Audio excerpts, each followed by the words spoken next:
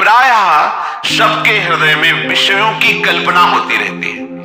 चलते फिरते उठते बैठते जो 5 ज्ञानेंद्रियां हैं, मन उनको लेकर के भोगों की कल्पना करता रहता है। कभी रसेंद्री की कल्पना, कभी श्रवणेंद्री के भोग की कल्पना, कभी जनेंद्री के भोग की कल्पना, ऐसी कल्पना में घूमता रहता है। साधु कल्पना नष्ट करता है, वो कल्पना में नहीं घूमता, वो भावना में विचरता है।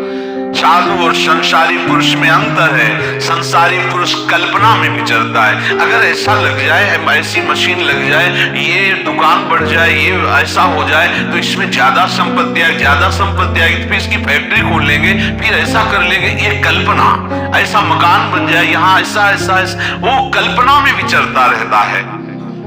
साधु भावना में विचरता है, कल्पना में नहीं। कल्पना होती है मायाकृत सृष्टि की, और भावना होती है शास्त्र सम्मानित जो सिद्धांत है उसके अनुसार आराध्य देव की। साधु भावोत्सवेन भजताम रस कामधेनुम। साधु भावना करता है, कल्पना नहीं करता। साधु कल्पना को मिटा देता है। देखो, कभी कल्पना तो नहीं होती तुम्हारे हृदय में, भावना होती कि कल्पना। यदि कल्पना तो अभी हृदय संसारिक है, मिटाओ उस कल्पना को भावना के द्वारा। भावोत्सवेन भजताम। कभी ऐसा होगा क्या, किसी लाडली लाल कृपा करके हमारे नेत्रों के सामने आएंगे और हमें पुकारेंगे और कहेंगे तू मेरा है, देख आज से मैं तुझे अपनी सेवा में रखती हूं। कभी ऐसा होगा? कभी श्री जी अपने गले की माला प्रसादी हमें देंगे, कभी श्री जी अपना पाया हुआ पान प्रसाद हमें देंगे। क्या कभी लाडली जी के गोरे चरणों को अपनी गोद में लेकर के धीरे धीरे उनमें भावर की रचना, क्या ऐसा सौभाग्य होगा? कभी ऐसा सौभाग्य होगा? मैं प्रीतम को प्यारी जी से मिलाने के लिए उत्साह युक्त करके जा रही हूँ, सेवा सामग्री पास है। क्या कभी ऐसा होगा वृंदावन में हम प्रेम उन्मत्त होकर, शरीर की कोई शुद्ध नहीं, लाडली लाल के प्रेम में विवश होकर, क्या कभी ऐसा होगा? यह है भावना।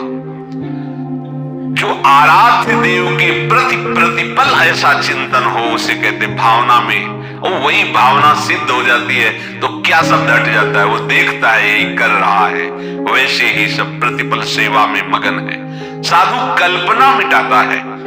अब आपको देखना है इनमें से कि आप क्या हो, खुद अपने हृदय में देखो, तभी कहते हैं श्रवणेंद्रिय को मजबूत करो। जब आप अपने हृदय को देखोगे कि सारे दोस्त तो हम में ही है, तो अभिमान नहीं रह जाएगा। उस अभिमान का गलित होना सारे सद्गुणों को प्रकाशित करना है। दैवी संपदा का बुलावा है, और अभिमान आ गया तो आई हुई दैवी संपदा भी अंतर्ध्यान हो जाती है, आसुरी संपदा आ जाती है। साधु एक ही चीज मिटाता है, चाह।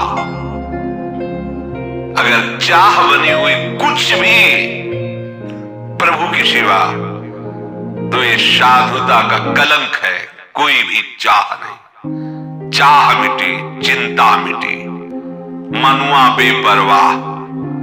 चाही न चाही कबहु कछु न चाही, ये हमारी सिद्धि है। परमार्थ के पथिक की सिद्धि है, न चाही। और यहां गुरु न चाही, सिद्धांत न चाही, प्रभु न चाही, पर ये चाही। कैसे कैसे परमार्थ के पति को, चाहे कोई भी हो, शास्त्र प्रमाणित तुम्हारा हृदय होना चाहिए। नहीं तो बनाओ, आए हो परमार्थ मार्ग में। परमार्थ का पथिक चाह मिटाता है, चाह।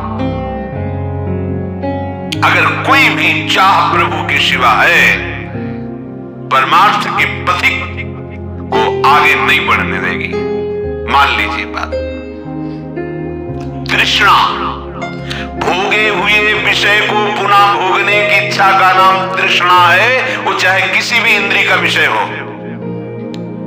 परसों हमने समोसा चटनी पाया था, अगर आज बने तो फिर बहुत स्वाद था, वैसे ही बनाओ।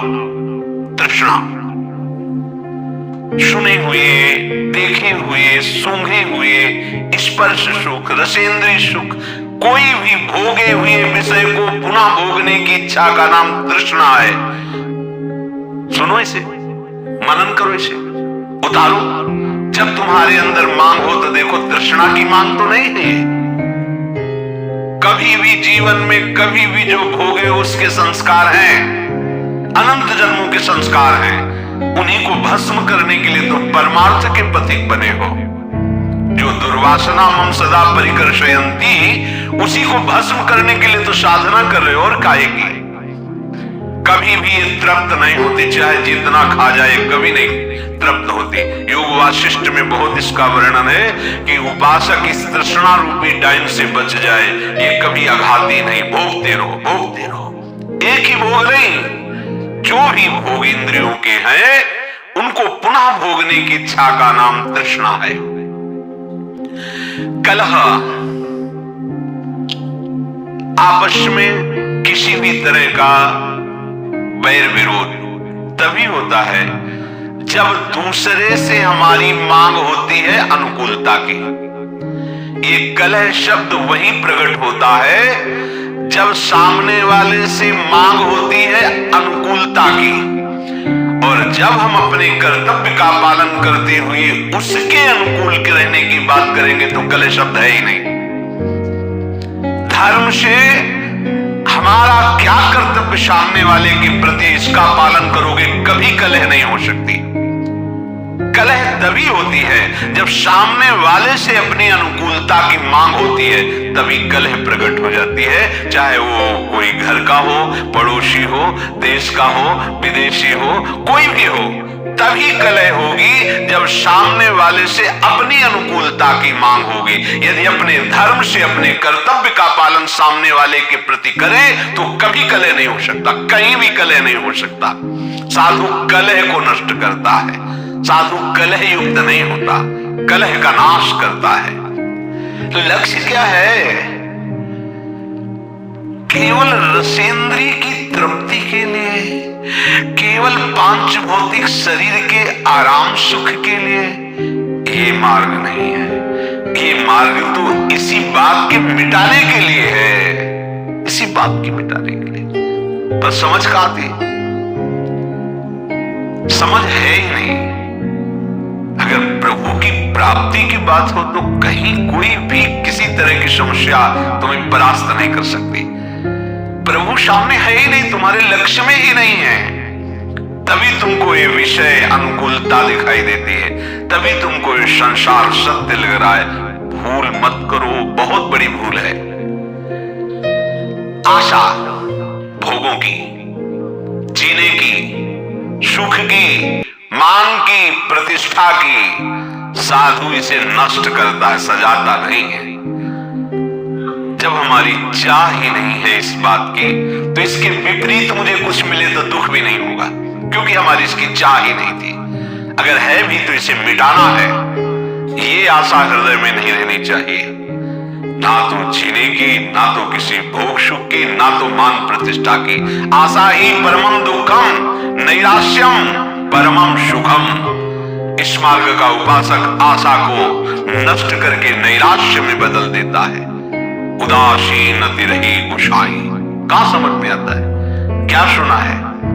कहां उदासीनता जगत के प्रति है? नहीं, भक्ति के प्रति उदासीनता है,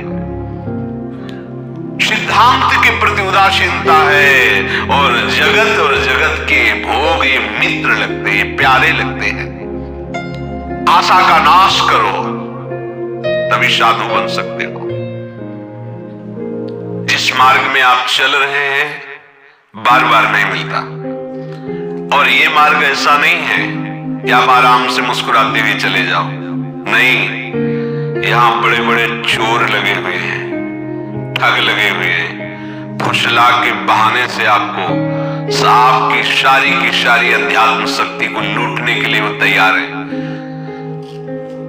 थोड़ी भी अपनी मान्यता और आग्रह आपको परमार्थ में नहीं चलने देगा। मान लो ये परमार्थ खिलवाड़ नहीं है, वो बहुत सुंदर खिलवाड़ है। दोनों बातें, जिसने मनमानी आचरण छोड़ दिया, गुरु वचनों पर चलने लगा, उसके लिए खिलवाड़ है परम पद।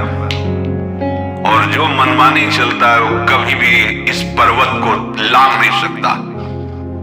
नाना प्रकार की वासनाओं का इतना बड़ा पर्वत है, आप लाख दुर्गम शैल विशाला नहीं पार कर सकते। और यदि कृपा पात्र बन गए तो मूकम करोति वाचालम पंगुम लंघयते गिरिम, पंगुम लंघयते, पैर भी ठीक नहीं फिर भी पार चढ़ जाओगे। यत् कृपा तमहम वंदे परमानंद माधवम, वो माधव की कृपा का जो आश्रय ले लेता है सब बात बन जाती। कृपा पात्र वही होता है जो अपना आग्रह दुराग्रह नहीं रखता, केवल शास्त्र सम्मत मार्ग का अनुसरण करता है। शास्त्र क्या कहते हैं ये हमारी समझ ठीक नहीं बैठती, तो गुरुदेव क्या कहते हैं ये बात हमें समझनी होगी। हमारी श्रवणेंद्रिय कमजोर है, 5-5 वर्ष से सत्संग सुन रहे, कोई फर्क ही नहीं पड़ रहा। क्यों? क्योंकि लक्ष्य ही नहीं है भगवत प्राप्ति। अगर भगवत प्राप्ति लक्ष्य है तो कभी कभी वही आराध्य देव गुरुदेव प्रतिकूलता का स्वांग रचते हैं, तो उस उपासक के हृदय का लक्ष्य जो है वो उसके हृदय में छा जाता है और निर्णय निकलता है कि अब मेरा अस्तित्व क्या है।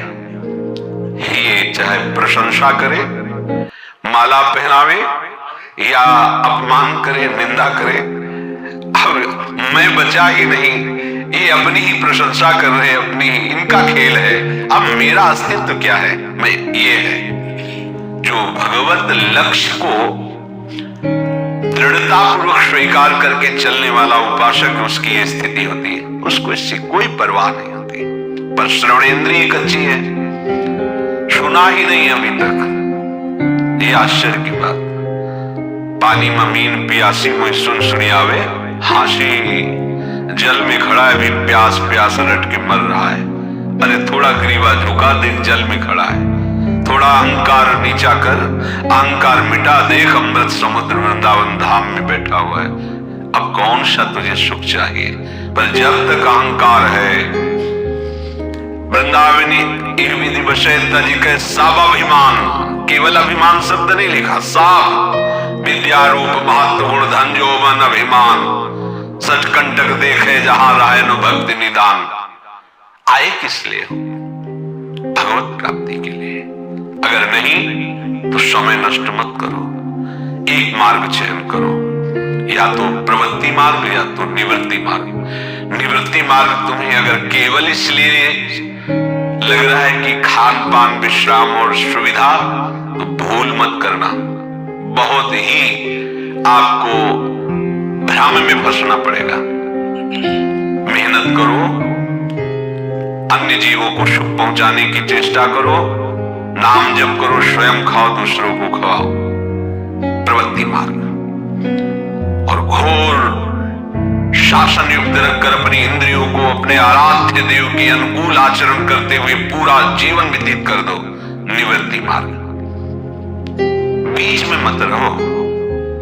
सेवक उनको मजरेडो कहते हैं, मजरेडो, ऐसे नो वैसे रहे मजरेडो, ये बीच के लोग हैं, ये न घर के होते हैं न घाट के होते हैं। इसलिए बहुत सावधान। हर उपासक अपने लक्ष्य को प्रतिपल सामने रखे। जो लक्ष्य को सामने रखता है उसकी कोई शर्त नहीं होती, वो बिना शर्त का बिका हुआ होता है।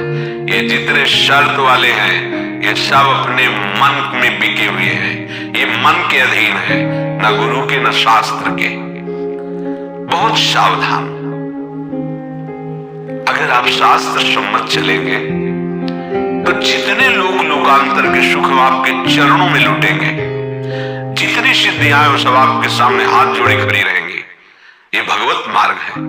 इसके लिए थोड़ी आपको भगवत मार्ग का प्रयोग करना है, ये तो बाधा रूप से आपको घेर लेंगे। इसके लिए हमें आराधना थोड़ी करनी है, ये हमारा लक्ष्य थोड़ी है। सही पूछो तो लक्ष्य को ढकने के लिए आपको घेर लेंगे। और आप प्रभु के दास हैं, अनंत ऐश्वर्यशाली प्रभु आपके स्वामी हैं, तो मृत्यु लोक का ऐश्वर्य क्या चीज है? अरे ब्रह्मा का भी परमेष्ठी पद बहुत हल्का लगता है। जो हरिदास है ब्रह्मा का भी पद बहुत हल्का लगता है। इन भोगों के लिए वो आराधना का प्रयोग करे, साधु वेश का प्रयोग करे, अपने शास्त्र ज्ञान का प्रयोग करे। ये तो बहुत ही बड़ा ज्ञान है, मान रहा है अपने को ज्ञानी। इसलिए सावधान। ये परलोक सकल सुख पावत, मेरी सो भैया कृष्ण गुण संच।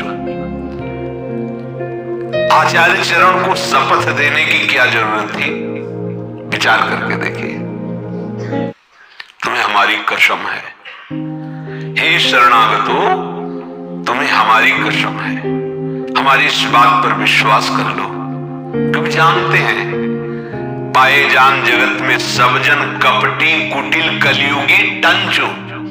ये सब कलयुगी जीव कलयुग के द्वारा मलिन किए हृदय वाले, कपट छल वाले हैं, संशय वाले हैं। इसलिए मेरी सुन, तुम्हें मेरी शपथ है, यदि तुम कृष्ण के गुणों का गायन करोगे, उनका चिंतन करोगे, मनन करोगे, तो तुम्हें इस लोक में भी और परलोक में सदा सुख ही सुख मिलेगा।